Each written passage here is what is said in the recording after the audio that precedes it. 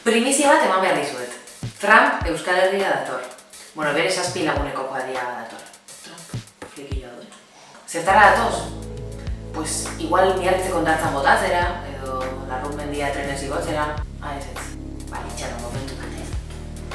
Bale, G7 taldea 7 laguneko talde bata, eta tarteka gailur bat egiten dute. G7, 7 handiak, Everest, Aconcagua, McKinley, Elbrus. Elbrus mendia igotzera dator. Bueno, dator Trump eta bere 6 lagunak. Nola Elbrus eta goera lapurti. Orduan, 7 antxumeak dira. Esan digatera engatik, antxumeak baino gehiago daukat antxutik. G7 taldea, 7 lagun privilegiatuk osatzen dut. Militarki, ekonomikoki eta politikoki botere handiena duten herrialdeak ordezkatzen dituzte. Japonia, Kanada, Amerikako Estatu Batuak, Erresuma Batua, Alemania, Italia eta Frantzia. Ordezkariak ez dira. Beraien lurraldeetan ez dute erabaki bilera horietara joan, edo ez, eta jatekotan zein jarrera edo posiziorekin. Beraz, ordezkariak ez dira.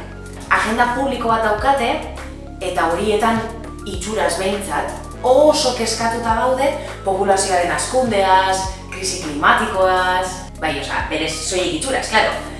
Beraien helburu nagusietako bat da kapitalismoaren indartzea. Berez, 0,000000 bat biltzen den honetan, gainontzeko 99,9,999 eragiten dizkioten erabakiak hartzen dituzte. Bai, horrela da. Gainera, gainorden polita daukat, txarretak. Lehenengo puntua, ezberdintasun sozialak. Bigarren. Krisi klimatikoa.